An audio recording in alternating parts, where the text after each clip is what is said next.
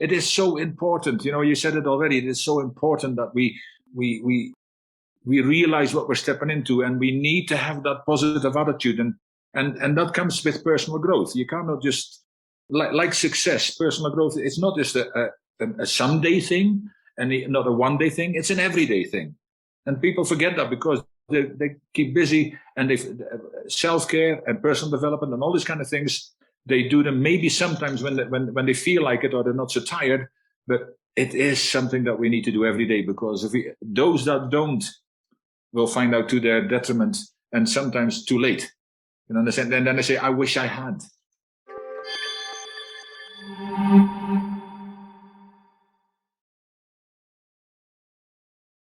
Hello, everybody, and welcome back to the show. Chuck Anderson here, and I am honored to be here with yet another amazing guest.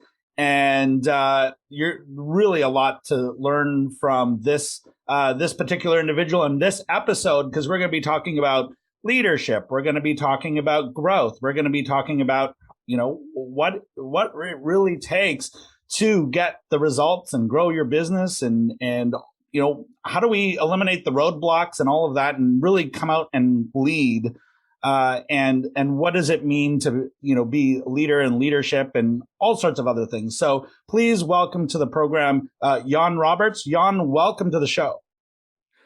Chuck Anderson, it's already been a pleasure and privilege to chat with you beforehand, but it's a real privilege to be on your show and talk into these kind of subjects, because I know we both got a heart for impacting lives, and so it's already been a privilege to get to know you. Thank you.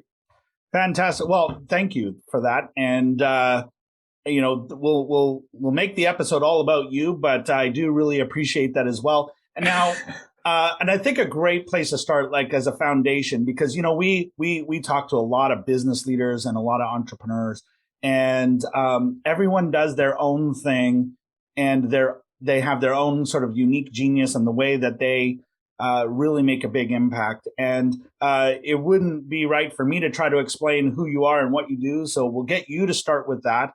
And so everyone understands kind of like, who's Jan and what is the work that you do? Okay, well, I'll keep it brief. Just in case people start wondering where my accent comes from, I'm in South Africa, but I'm not from South Africa. I'm a Dutchman. And as I said to Chuck as well, in the late 70s, our family emigrated to Scotland, so that makes me a kilt-wearing Dutchman, freedom and all that. And for the last 8 years, most of the time I spent in South Africa. And that happened because I was 30 years in the oil industry, and I never hated my job. I was one of the lucky ones, I suppose.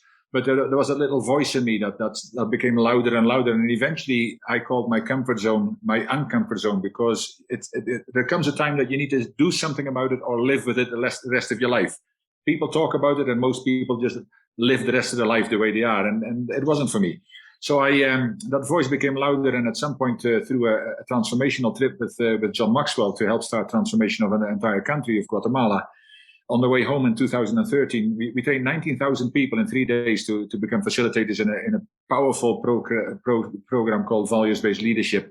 And on the way home, I really understood what significance was all about. And not only did I feel it, I wanted other people to feel that. So there was a missing piece of my jigsaw. And on the way home, I quit my job, because it was a case of, if not now, when? And if not me, who? And if not this, what?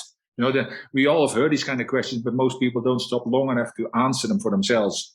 And I think most people don't have honest conversations with themselves anyway. I've also done personal development since I was 17. In the oil industry, that was always interesting, because I used to buy books instead of newspapers. And I haven't bought a newspaper for 35 years.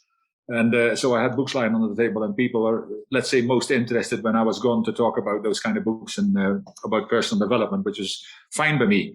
But it's been an amazing journey, and also practicing personal development, martial artists as well, since I was 17, and there's also mind development, Aikido. And I think all these kind of things happen for a reason. Les Brown says there's no such thing as coincidence. He says coincidence is God's way of staying anonymous. And I love that. And it doesn't matter whether people are religious or not. You can put spiritual or whatever, but there is a bigger force that makes us do things the way we do. And when we look back in our life, all these things happen for a reason. And I was bullied as a little kid as well, which gave me the lessons to serve, which was amazing. I didn't think so at the time, of course, but later it started happening, and hence also I started personal development. But I mean, because I'm such a people-centric person, I'm also behavior analysis consultant, a values-based leadership specialist. I do leadership training, communication, youth development. I train, do speaker training as well, and I put all kinds of programs together because I think one size doesn't fit all. But my wife is also in the diversity and inclusion, one of the foremost specialists in the world. So we do a lot of that kind of stuff together. So I absolutely, as you maybe hear already, I absolutely love what I do, and to be able to impact lives around the world is a blessing, and long may it continue. I say to people, listen, I don't know about you, but I can't die until I'm at least 120, and even then they've got to catch me because I've got way too much to do. So that's me. Yeah, and that, I tend to surround myself with people who think a lot like you. I also, a lifelong, personal growth enthusiast. Right from the time I read Think and Grow Rich for the very first time at 19 years old, and it's easy to get hooked on that energy when you're surrounded by people who believe that things are possible, rather than getting fixated on the obstacles. And those are the people I choose to surround myself with. And especially, as an entrepreneur, when you're trying to build a business, start from the ground up, there's going to be obstacles, there's going to be challenges. And it's I would say a necessity to have that kind of attitude, that kind of mindset, as you're going to approach problems as they come up. Well, yes, for sure. And I love the book you mentioned as well, Think and Grow Rich. Is an absolute classic from 1937. And obviously it's also in my repertoire. But you're right. I think entrepreneurship is not for the faint-hearted. I found that out too when I first started out, especially after having been employed. Even though I had a lot of free reign, I was employed in an organization, and to step into entrepreneurship, where the next morning you look in the mirror and you're it. Head chef, cook, and bottle washer. You have to do everything for everybody. And another thing I got engaged with was because of my, martial arts and personal development and self-care, which is also part of your personal development. And most people don't do that either, because especially as an entrepreneur, we put that kind of stuff on the background because we were so busy, especially at the beginning, being everything to everybody. And people are suffering, and a lot, as the statistics still speak for themselves. And then, of course, the health issues start. And I said, especially the last 2 years, I said, there's one thing people don't talk about, is self-care. So I started talking about self-care, and I did Facebook Lives, and I thought I'm going to do 5 or 10 of them. 44 sessions later, I stopped, and then people said, what else have you got? So then I talked 52 sessions about values, basic human values, which I also work in. And that's also part of your development, because what kind of values do we have as entrepreneurs, as business owners, even as ordinary family people and persons in society, that values that we will not compromise on. That's why leadership is failing around the world, because so many leaders, their value system is failing. Les Brown said it many years ago, that was the reason most leadership is failing. And if we haven't seen that in the last few years becoming much more obvious, but that we need to start looking after ourselves as well. And so I'm just about completed an ebook and I'm creating a series as well. But even that, I've become a strategic partner with SM Key Leadership with an entrepreneurial platform from Sweden.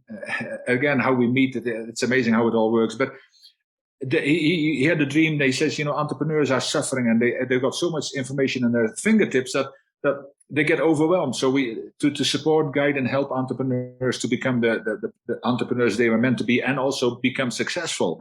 So it's all this wonderful combination. You just said about attracting, and I'm just thinking about it. Well, I mean, that's why we're here together today. There's no coincidence either. I mean, other personal development freaks, they used to call me, and I thought it was a compliment. But it is so important. You said it already. It is so important that we realize what we're stepping into, and we need to have that positive attitude, and that comes with personal growth. You cannot just like success, personal growth. It's not just a someday thing and not a one day thing. It's an everyday thing, and people forget that because they keep busy, and they self-care and personal development and all these kind of things.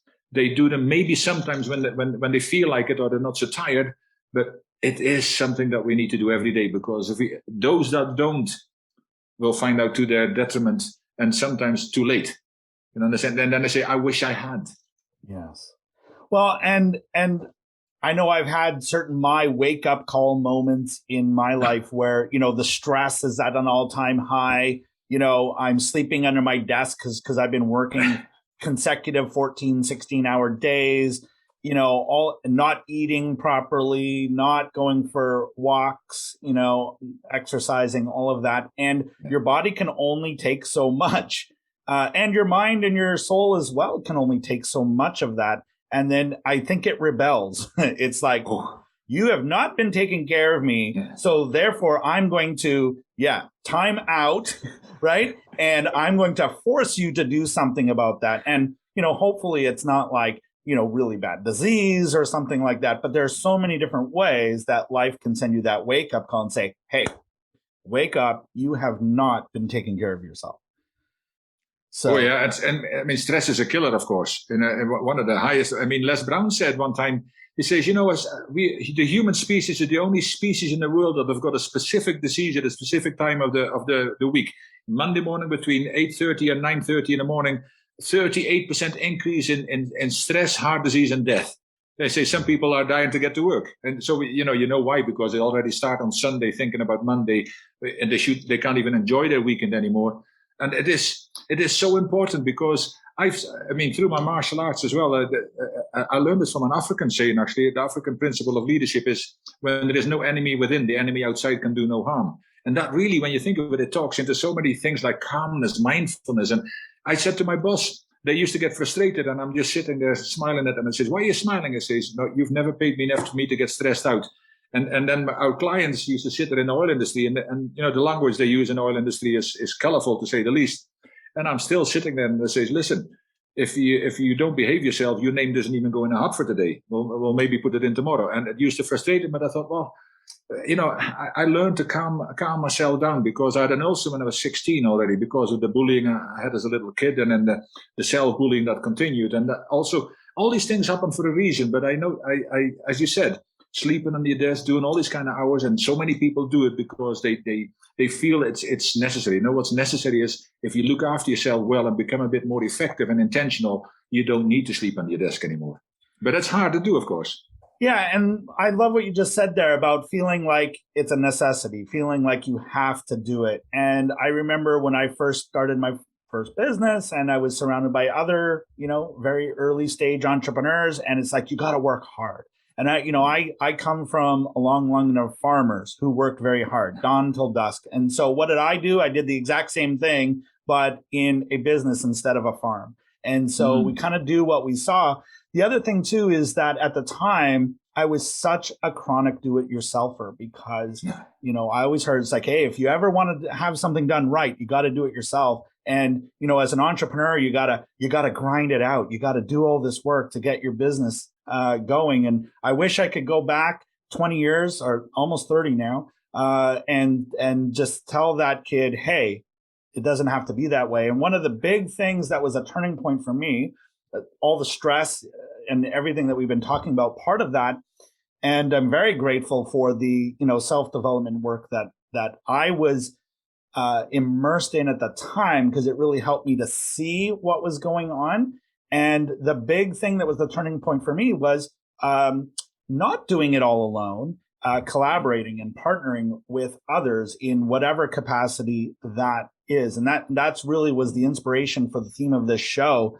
So, one question I want to ask you, Jan, is, how has, partnering or collaborating with others, impacted you in your journey in growing your business? And maybe even you can share what some of your most impactful partnerships have been, and, hopefully share with our audience so that they can be inspired to find partnerships and collaborations on their journey.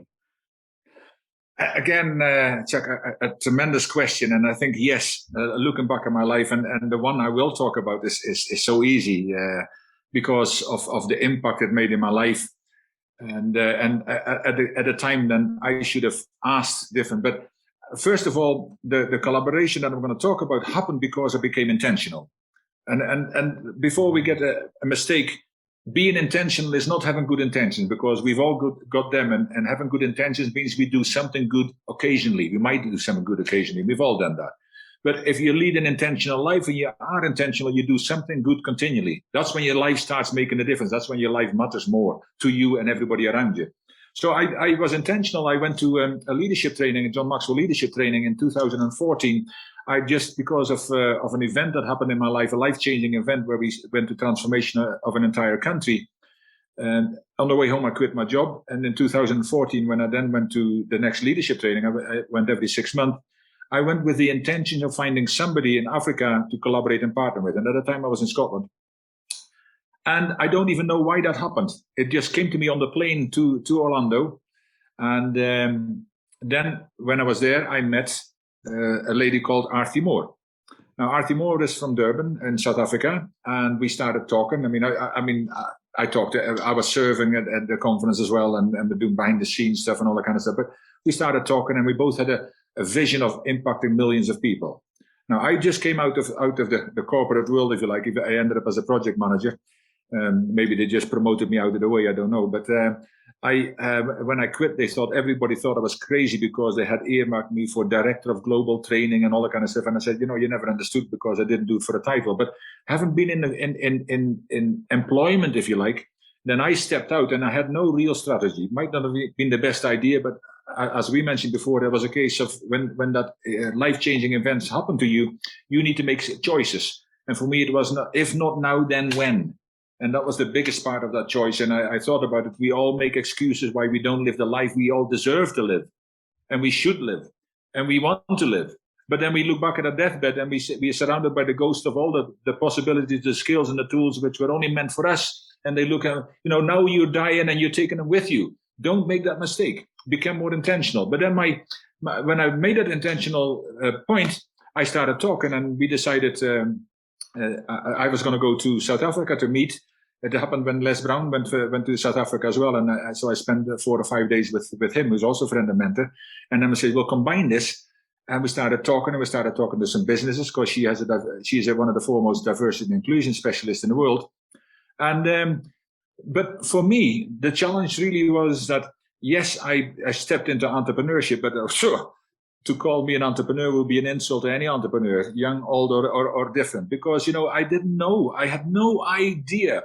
So my wife, who was an entrepreneur since she was 19 years old, she never worked for anybody else. Luckily, again, everything happens for a reason. Luckily, and it's an ongoing journey, but she kept me on the straight and narrow. So when that collaboration first happened, out of just a desire to impact people, and then we started working together, and we started building courses together, and we became friends. And just the 1st of May, we've been married for a year. During lockdown, we got married.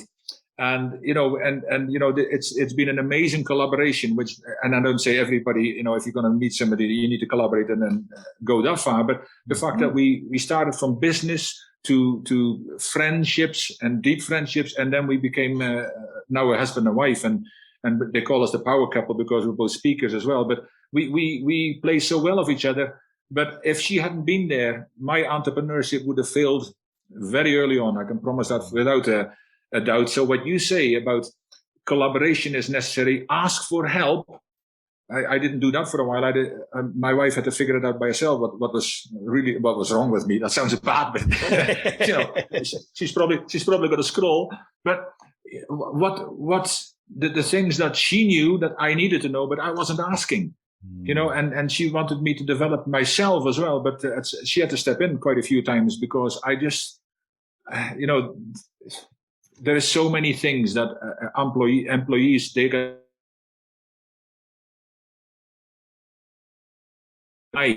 And how, become more creative, because most entrepreneurs are fairly creative, if not very creative.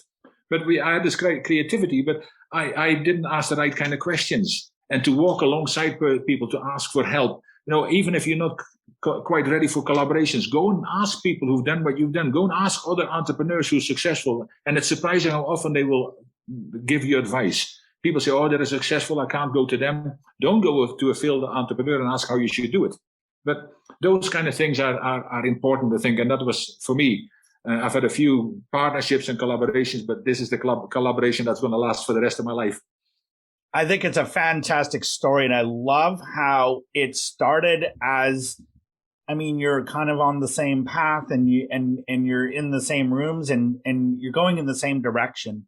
And that just kind of built and evolved. And next thing you know, you're married. I think that's a fantastic story because, it was the opposite for me. I tried, my wife and I tried several times to work in the same business together. And, because, she's got her interests and I got mine. Now we have two separate businesses that coexist very, very, very nicely. But in the beginning, we must work together. That did not work out. But what I heard in your story, and I want to come back to this a little bit, is there's a theme that I'm finding with partnerships and collaborations, and the more we get into these stories, is that the most effective partnerships is where there's a missing piece of the puzzle for us, and that partner fulfills that need. Not that we weren't whole to begin with, because we're definitely whole, but in that journey or in the thing that I'm trying to do, there's the things that I'm good at,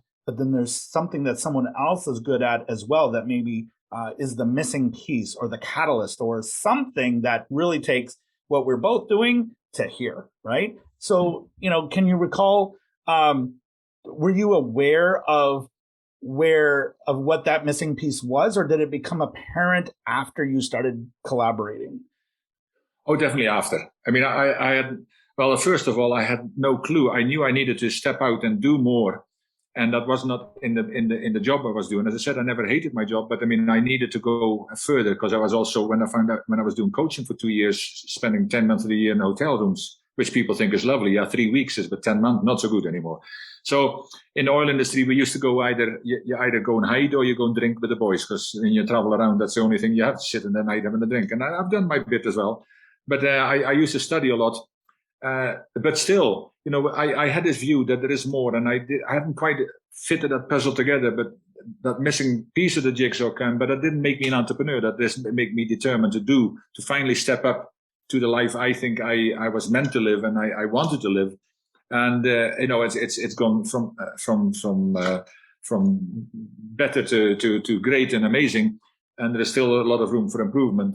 But I certainly did have no idea. And so it wasn't just one piece. There was probably several pieces, which some of them came through practice, but there was one or two of the things that if it hadn't been, as I said, if it hadn't been for my wife, I would have struggled. I would have been frustrated, even though I love what I do. But the frustration would have been because, you need to survive one way or another. I mean, you can give and give and give, but sometimes you need to, whether it's financial, whether it's also emotional, and all these kind of things need to come back to you as well, because it's not just about money.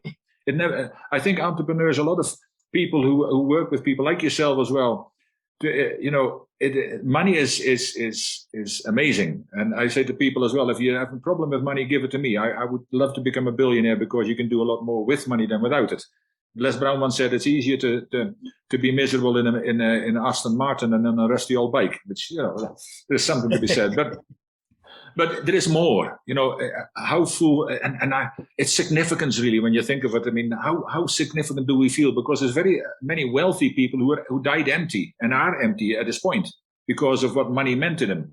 But I say money is a tool. My wife says it all the time. We can always make money. But what about the feelings? What about the significance? What about the impact we make in other people's lives? And that is also important. But when you find people of a giving nature, like coaches and those kind of people, and I also coach as well, it is very difficult to start charging a healthy amount of money, even though you've invested heavily in yourself, to start charging a healthy amount, because, you want to help people. And then now you're going to help people, and what will people think if you start making a lot of money? No, well, what will they think? That means you're successful and you're good at what you're doing. No, but that's not what they meant. It feels nearly a stigma. That people say also the money is not a block. It's actually other things inside of you that block you from making money. And that might be past history. That might be, like our parents is, what do you think? Money grows on trees, all those kind of things that has been ingrained in us. And that, therefore we cannot make the money and the life we really deserve. But for me, that missing jigsaw, that missing piece in the collaborative side and the entrepreneurial side, that came with a wake-up call from my wife. So I give her all the credit to this because I can't take any of it. Well, and that's another thing that I've heard in collaboration stories as well, is that just getting into the partnership. So you're realizing, hey, I want to collaborate with this person, and they're sort of the catalyst that helps you to see the things that you weren't seeing before. And now suddenly it opens up these possibilities and these opportunities, maybe that were always there, but for whatever reason we couldn't see them. And now they were that light that kind of pointed us in the right direction. So I love all of that. And Jan, you and I could talk personal development, I think, for years. I mean, we're just getting wound up. And of course, in my mind, I'm like, if I ask that question, we're going to be on here for hours and hours and hours. So maybe we do have to do a part 2 of this at some point. But, one of the key themes to what we're talking about here today, yes, we're talking about collaboration, but I think what you're also talking about so much is about intention, and also just, I think the common thread between both of us is that lifetime of doing the work, doing the self-development, reading the books, meeting the experts, getting mentored and coached, and moving forward beyond where we were. I mean, you were talking about money. I mean, when I was 19 years old, I was putting pictures of fancy cars and big houses on my wall. Now I think about all of the people that I'm going to help, and how many souls are going to be impacted by the work that I'm doing. And so, did it take me 30 years to get there? Well, maybe I could have done it sooner, but that was the journey. That was the journey. And so, but it's interesting how it's evolved, because it started off being all about money, but so many of my entrepreneur friends too had this turning point where they realized that it wasn't all about money. There was such a bigger picture and a positive impact that we can make on the world. And so much of that came from doing the self-development, the personal growth work. So my question for you in that is 2 things. One, who has been, and you've mentioned some names already, but you may or may not mention one of those right now. Who has been the most impactful leader that you have learned from? And then also, we want to recommend a book that our listeners can go out and read that might be the next piece of the puzzle for them, or the next step in their journey. Wow. Yeah, I mean, first of all, when I listen to what you're saying as well, and like my grandparents were farmers as well, so I spent a lot of hard work and time on the farm, and that's where I spend my holidays. But also the journey, and you mentioned some books yourself as well, and even leaders. And as you were saying that, one thing came to me right now, and and it was the same when people ask me about leadership. Who's your leadership inspiration? I said, I can mention some big people, but when it's all truth is said and told, what my biggest inspiration in leadership is ordinary people doing extraordinary things. That inspires the socks off me. To see people who step up when it's time to step up. But when you said now, and I've mentioned some people, and I could mention some, but when you said that, the one thing that came to my thought, the inspiration, and I haven't told them often enough, but it's my dad. That is not famous, but he's famous in my life. And, he's been an entrepreneur, and he took us as a family. When he was 40 years old, he took us with a family of 5 young kids from a place where he knew he didn't like what he was doing. He had a music shop in Holland. But he took us to another country, and he started afresh, not even an idea. And he's going to, I was speaking to him last weekend, he's going to celebrate 85 years old. He's been an entrepreneur for all of his life. And yes, he's worked hard. He's slowed down a bit now, and he still wears his Dutch clogs.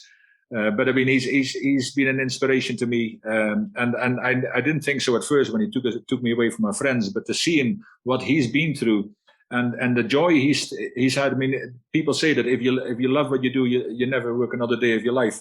And that's why he still works, not because he has to. He's got holiday chalets in the north of Scotland, but he just loves what he do. He also he loves working with people, and I mean, it was his dream becoming a reality. And I thought, okay, yes, I can mention some famous people, but sometimes I think we have people on a doorstep. Maybe not in our family, but maybe on our doorstep. It might be friends, it might be our neighbors, it might be somebody in the community that could inspire us more than any great leader. Because it's easy to say, like a John Maxwell and a Les Brown and a Nick Vujicic, these people have inspired me.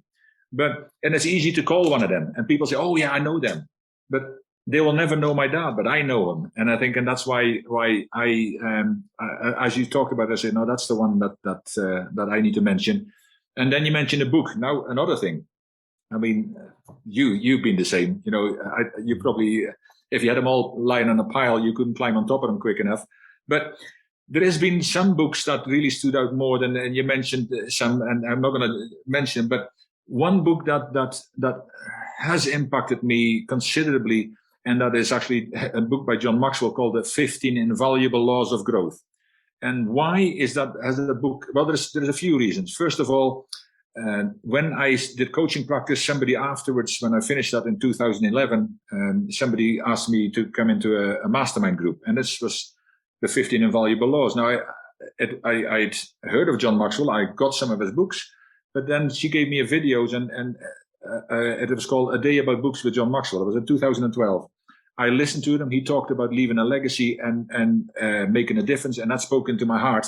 And I says, I want to become part of it. I don't know what it is, but I want to become part of what he's talking about.